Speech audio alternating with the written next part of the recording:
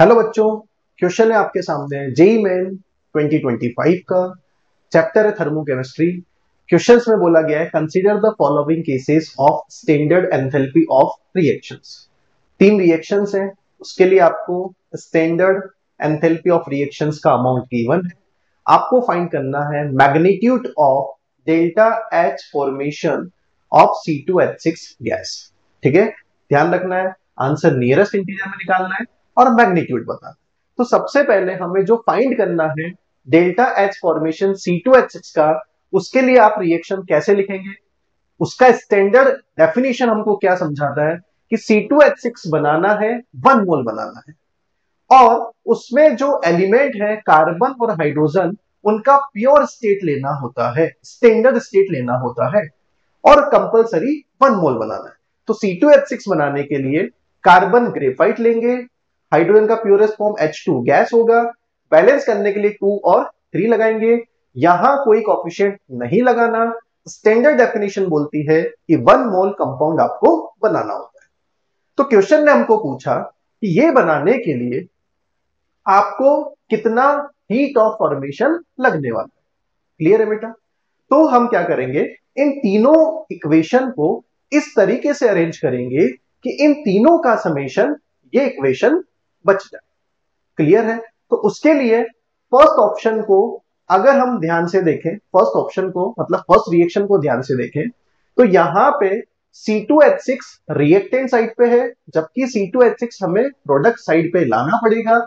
उसके लिए आप इस रिएक्शन को रिवर्स कर दीजिए। जब भी रिएक्शंस को रिवर्स किया जाएगा तो उसका साइन चेंज हो जाता है। जैसे ही आप इस रिएक्शन को रिवर्स करेंगे तो इसका डेल्टा H10 की वैल्यू 1550 प्लस में हो जाएगी। क्लियर हो गया? आगे बढ़े।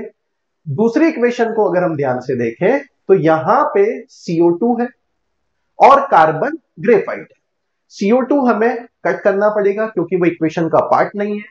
कार्बन ग्रेफाइट के आगे मुझे कोएफिशिएंट 2 चाहिए, तो सेकंड नंबर की इक्वेशन को 2 से मल्टीप्लाई करें और उसको रिवर्स नहीं करना, सेम रख देना है, क्योंकि कार्बन ग्रेफाइट रिएक्टेंट का पार्ट है, उसको रिएक्टेंट में रखना है।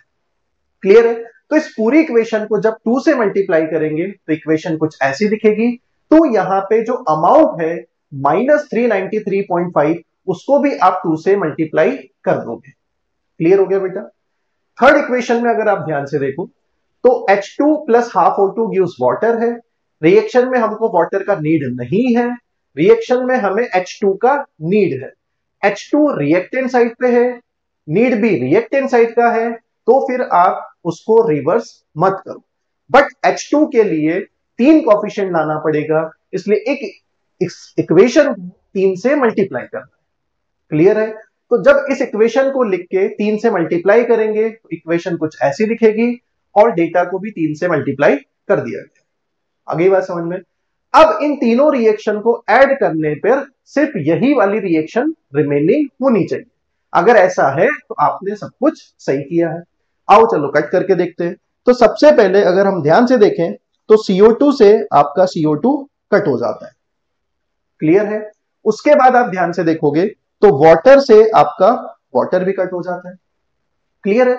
यहां पे ऑक्सीजन है 7/2, यहां ऑक्सीजन है 2 और 3/2, इन दोनों का समेशन भी कितना होगा 7/2। तो ऑक्सीजन से ऑक्सीजन भी आपके कट हो जाएंगे।